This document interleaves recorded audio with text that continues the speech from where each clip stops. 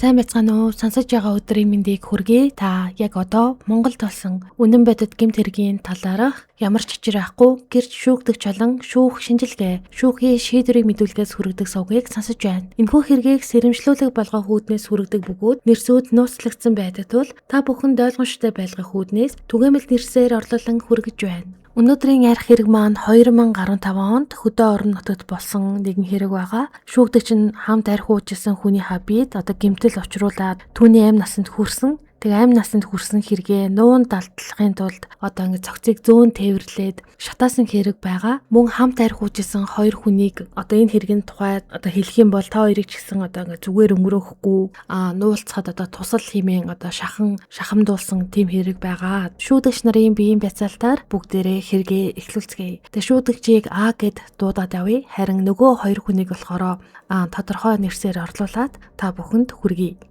Шүүгдэгч Аан Монгол улсын иргэн 1980 онд Хинтээ аймагт төрсөн. Хэрэг үйлдэх үедээ 36 настай байсан. Эрэгтэй, бага боловсралтай, мэрэгжилгүй, хэрэгт холбогдохоос өмнө тогтсон ажил хийдэггүй байсан. Ам бүл 3 эхнэр хүүхдийн хамт Хинтээ аймагт амьдардаг. Шүүгдэгчийн өмнө 2000 онд хүн зодож гэмтэл учруулснаар 2 жил хоригдож байсан.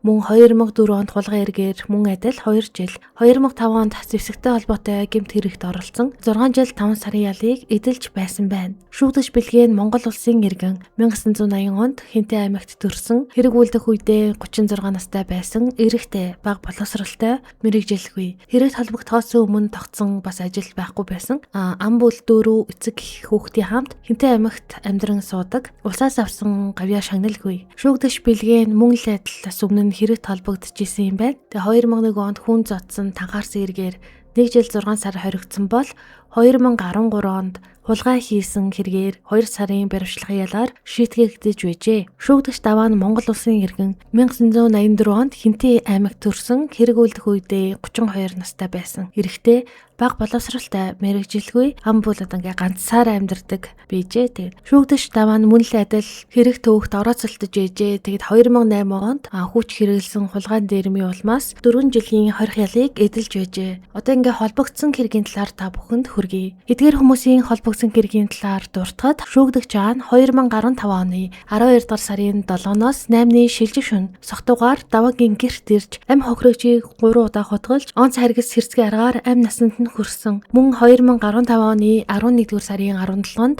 суманд хамтран амьдрагч Алтай болон бага насны Мишель нарыг заазураар цохиож биед нь хөнгөн гэмтэл учруулсан. Мөн хамт архитаж байсан шүүгдэгч Даваагийн гэрт хууль бусаар нэвтрэн орон Галанц маркийн хөрөгчийг хулгайлж 300 мянган төгрөгийн хохирлыг тус учруулсан ба мөн амь хохирогчийг Даваа Бэлгийн хоёртой урьдчилан амлахгүйгээр нуун далдуулсан гэмт хэрэгт холбогдсон. Харин Даваа Бэлгийн хоёр нь энэ хэргийг мэдэж байсан ч мэдээллээгүй нуун далдуулсан гэмт хэрэгт тус холбогдсгоосон. Эхлээд бүгдээрээ шүүгдэгч Булгаагийн 2015 оны 11 сарын 17-нд үйлдсэн гэмт хэргийнхэн талаар ярьсны дараагаар хүний амь насанд хүрсэн хэргийн талаар ярилцгаая. Хохирогч Алтай нь шүүгдэгчтэй 2011 оноос хойш хамтран амьдарч байжээ. Тухайн хэрэг болдог шөнө 03 цагт унтаж байхад нь хамтран амьдрагч нь орж ирэн ямар ч шалгаангүйгээр агсам тавин хэрүүл хийж эмэгтэй бие талдаж үстэж хувцсыг нь уран зодож эхэлсэн. Үүнийг нь унтаж байсан охин болох насан туршаагүй хохирогч болох Мишель сэрээд салахыг оролцсон боловч мөн л охиныг үстэн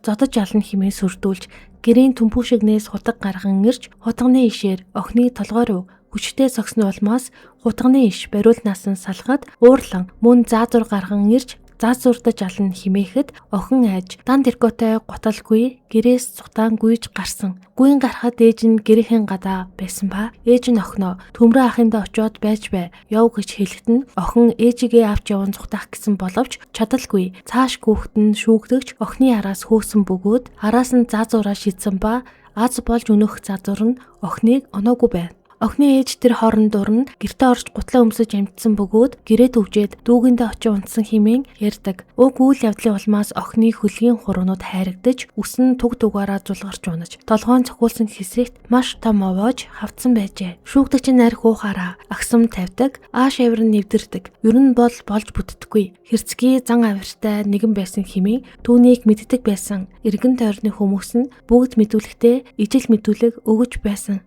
Энэ хэрэгээс удалгүй шүүгдэгч нь 2015 оны 12 дугаар сарын 7-нд амь хохирогчийг 3 удаа хутгалж түүний амь насанд хүрсэн юм. Тухайн өдөр юу болсон талаар та бүгдэд одоо хүргэе. Тухайн болсон хэрэг явдлын талаар хамт байсан шүүгдэж бэлгээ мэдүүлэхдээ 2015 оны 12 дугаар сарын 6-ны орой хөдөө мал дээр ажиллаад 12 дугаар сарын 7-ны шөнийн 00 цагийн үед буюу 1 хоногийн дараа буцаад аймаг руу гэртээ ирж гэрийнхэн гадаа очиход шүүгдэж болон даваа хоёр арх уучсан байдалтай бэлгээг хүлээгээд зогсож байж яагаад тэгэхээр бэлгээ ажиллаад ирсэн учраас тодорхой хэмжээний мөнгөтэй байгаа гэж бодоод түүнийг хүлээж байсан юм байна. Бэлгээ өдөөнөөс авчирсан 1.5 литрийн нэрмэл архийг гаргаж ирээд хамтдаа ууцгаасан. Өнөөх архи нь мэдээж дуусна. Архиа уугаад дуусныхаа дараа шүүгдэгч бэлгээг мөнгөтэй гэдгийг мэдэж байсан учраас 30,000 төгрөг түүнээс аван шөнийн 01 цагийн үед дахин архи авахаар гурлаа аймгийн төв рүү явсан байна.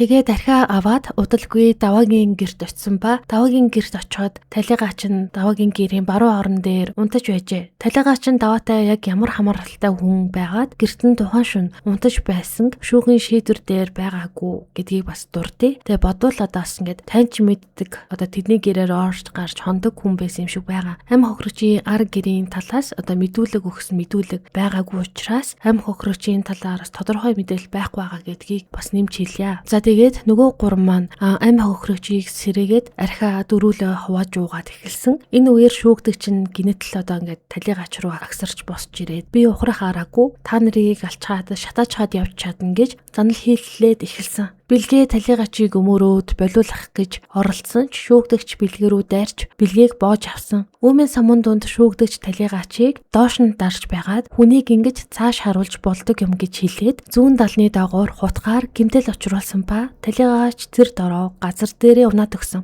Энэ үед айж сандарсан бэлгээ тэр даруй гэрээс зугатааж өөрийн гэртээ очисон ба удалгүй шүүгдэгч даваа хоёр бэлгээгийн араас орж ирж нөгөө хүн өгчихсэн. Амаа хамхаараа хүнд хэлбэл алан шүү хэмээн сүрдүүлсэн бай. Энэ явдлын дараагаар шүүгдэгч нь бэлгээг утгатай дагуулan даваагийн хашаа руу авч явсан. Тэнд талигаачийн цогцос байж байсан ба шүүгдэгч нь талигаачийг нуух хэрэгтэй байна гэж хэлээд бэлгээтэй хамт шүүгдэгч нь дутуу баригдсан гараж руу цогцыг зөөгөөд гараж дотор талигаачийн эд зүйлсийг овоолоод шүүгдэгч улаан асгуур гарган цогцыг хучсан байсан давууг доороос насалсан ба гал дүрлзэн эхлэмэгц шүүгдэгч бэлгээ тандан одоо яв амаа хамих хэлбэл дэмий шүү хэмээн дахин анхааруулсан байж бэлгээ хайсандаа гэртээ харьсан ба шөнийн 03 цагийн үед унтсан хэмээн мэдүүлэгтээ өгсөн. Маргааш нь шүүгдэгч нь дахин бэлгээ дээр ирээд дансны дугаар асуугаад мөнгө олж ирнэ гэж хэлээд яваад өгсөн. Үүнийхэн дараа удалгүй даваа ганцаараа ирээд би цагдаад мэдэгдчихье. Чи болгоомжтой байгаарай гэж хэлсэн ба төд удалгүй цагдаа нар ирсэн хэмээн мэдүүлэгтээ хэлсэн. Бэлгээгийн харснаар бол талигаачийг ганц удаа хүнд гэмтэл учруулахад тэр доороо унсан. Хэрэг үйлдэхэд ашиглагдсан хутга нь хар иштэй хятад хутга байх шиг байсан хэмээн мэдүүлэг өгсөн. Харин уг хэргийн талаар шүүгдэгч даваа мэдүүлэгтээ үйл явдал болсны дараагаар даваагийн гэрийн түлхүүрийг шүүгдэгч нь аваад чойжулсан байсан бөгөөд түлхүүрийг нь өөр давж үлдсэн. Шүүгдэгч давааг шаардсанаар мөнгө олоод ир хэмээн өөрөөсөө холдуулан явуулахад даваа яваад шууд цагдаа дээр ирээд цагдаад болсон хэргийн талаар дуудлага өгч мэдүүлсэн. Цагдаа нар даваагаас хэрэг үйлдсэн хутга нь хаана байна хэмээн асуухад даваа манай гэрийн хөргөчдөр байгаа гэж хэлсэн боловч цагдаа нар шалгалтаар түүний гэрт очиход даваагийн гэрийн хөргөч байхгүй байсан байна. Учир нь шүүгдэгч нь даваагийн гэрийн хөргөчийг хулгайлан аваад явсан байжээ. Шинжээ чимчийн дүгнэлт дээр талигаачийн биед хүнд гэмтлүүд илэрсэн. Зүүн цээжний хэсэг нь хутга мэд хурц эртэй зүйлээр хатгагдсан шарах байсан. Энэ нь зүрхийг нэвт гэмтээсэн. Мөн цээжний доод хэсэгт дахин хатгалт орж хөвлөө рүү нэвтэрч элэг өрцгийг гэмтээсэн байжээ. Үүнээс гадна нуруу талын цээжинд хатгалт орж уушгийг гэмтээсэн шаргач мөн байсан. Нийтдээ 3 удаа хутгалагдсан шарахтай бөгөөд эдгээр гэмтлийн улмаас талигаач нь их хэмжээний цус алдаж амь насаа алдсан гэж шинжиж дүгнсэн. Өөрөөр хэлбэл эдгээр шарх нь шууд өвхөлт хүргэх бүрэн боломжтой гэмтлүүд байсан. Талигаачийг нас барсны дараа цогцыг шатаасан. Учир нь биеийн гадаргуу бүхэлдээ 100% шатаж нүүрссэн байсан тогтоогдсон. Мөн талигаачийн цуснд 2.6 промил архи илэрсэн нь хүнд зэргийн согтолт хэмээн үтсэн юм. Товчхондоо бол талигаачийн амнасыг хүнөөсний дараа нь цогцыг нуун далдлахын тулд шатаасан хэмээн шинжээчийн дүгнэлт гарсан. Уг үйлцэн хэргийнхээ талаар шүүгдэж шүүхэд мэдүүлсэн мэдүүлгээс бүгдээрээ одоо сонсцгоё. Уг мэдүүлэг нь үнэн зөв эсхийг зөвхөн шүүгдэж өөрөө л мэдэж байгаа гэдгийг дахин сануулъя. Шүүгдэж мэдүүлэхдээ бэлгээ талигаач ахыг ганц шил архины мөнгө гаргачих гэхэд талигаач ах мөнгө байхгүй гэсэн. Тэгтэл бэлгээ чи муу мөнгөө салтаалж санаа гаргалаа гих зэргээр маргалдаж эхэлсэн. Тэр хоёр олон жил шорон оронгоор олон жил явсан энэ тэрээгээд маргалтсан. Талигаач ах та нар надад гай болно. Би та нар шиг новшнуудаас болж олон жил шоронгоор явсан гэж бэлгээд хэлж байсан. Тэгээд зуралдаад гэрийн баруун орон дээр дараад авахаар нь би бэлгийг татаж салгасан. Тэгсэн талигаач ах орныхоо толгойд байсан хар хүрэн өнгөтэй жижиг цүнхнээсээ улаан мөнгөтэй эвгдэг хутаа гаргаад ирээд хутгаа тэнэлэхээр нь хэн нэгнийг гэмтэх гэж байна гэж санаад зуухны хойд талд гүүпэр янзалж байсан газар хутгийг шүүрч аваад талигаачийн хэвлийн зүүн хэсэгт нь айлгах гэж байгаад дүрчихсэн. Тэгсэн талигаач ах гизээ дараад чи дүрчихлээ штэ гэж хэлэхээр нь ахаад стежний зүүн игмний доохноор хутганы ирийг тултал дүрсэн. Тэр хутганы урт миний бодож байгаагаар 20 см орчим. Тэгэхээр хутганы ир төмөр 15 см орчим байсан байх. Цээж рүү дүртэл над руу налаад суугаагаараа цээжээ дараад тонгоогоод унахаар нь 170-ны хавьд нэг дүрхэд хөдөлгөөнгүй болсон. Энэ үед алчглаа гэж яагаад арих байна уу гэхэд бэлгээ яаж байгаа юм бэ чи? Яаж байгаа юм бэ гэд бахаар нь чи муу пэ муудаагүй бол би юу гэж хутгалдаг юм гэж хэлээд төмөр стаканд 2 удаа арх хийж уусан. Намайг арх ууж байхад гаднаас даваа орж ирж байсан. Талигаачийг хутгалах үед даваа шээх юм уу хүндэрхээр гарч явсан байх. Ямар ч байсан хутгалах үед байгаагүй шиг санаж байна. За ингээд хүн алчглаа. Яах вэ? Нуухаас өөр арга байхгүй. Яах вэ гэж яриад даваа гуруула хэрлэн гол даваачаад мөсөн дагуур хийчихье гэхээр нь одоо бүгд согтуу байна.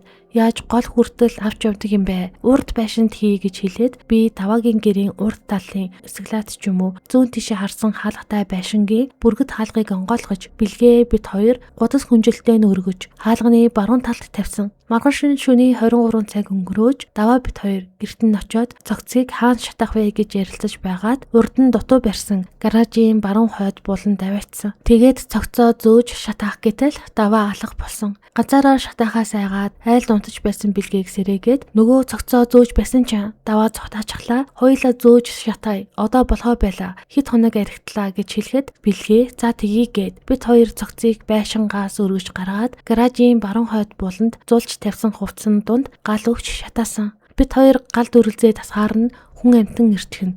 Явъя гээд айлд буцан очиж утцгаасан. Маргааш нь даваагийн очиод хөргөгчийг нь өргөж ирээд муурын байшинд амьдардаг бүдүүн авгаад 60,000 төгрөгөөр зараад арх ууж байтал цагдаа нар ирээд баригдсан хэмээн мэдүүлэг өгсөн. Аймгийн прокурорын газраас шүүгдэгчийг хүний амь нас хөнөөсөн танхаарсан хулгай хийсэн зэрэг хэд хэдэн хэрэгт холбогдуулан шүүхэд өгсөн. Хамгийн гол нь хүний амь насыг хохироосон ноцтой хэрэг. Шүүх автас хэрэгт байсан бүх баримт мэдүүлгүүдийг нэгтлээд нэг зүйлийг тодорхой хэлсэн. Талигаачийг онц харгас хэрцгий аргаар алсан гэж үзэх хангалттай үндэслэл байгаагүй. Учир нь түүнийг амьд байхад нь зориуд тарчилган удаан зовсон гэдгийг нотлох баримт байгаагүй юм. Харин талигаач нь худгалалтын улмаас цус алдаж нас барсан нь тодорхой болсон. Энэ үйлдэлийг шүүгдэгч цогтөрсөн үедээ хийсэн бөгөөд үүнийг өөрийнх нь мэдүүлэг мөн хамт байсан хүмүүсийн яриа шинжээчийн дүгнэлтүүд баталсан. Нас барсны дараа цогцыг нь шатаасан үйлдэл бол хүнийг амьд байхад нь хийсэн харгислал биш, харин болсон хэргийг нуун дарагдуулах гэсэн орлого гэж шүүх үзжээ. Мөн шүүгдэгч өмнө нь бусдын биед халдсан,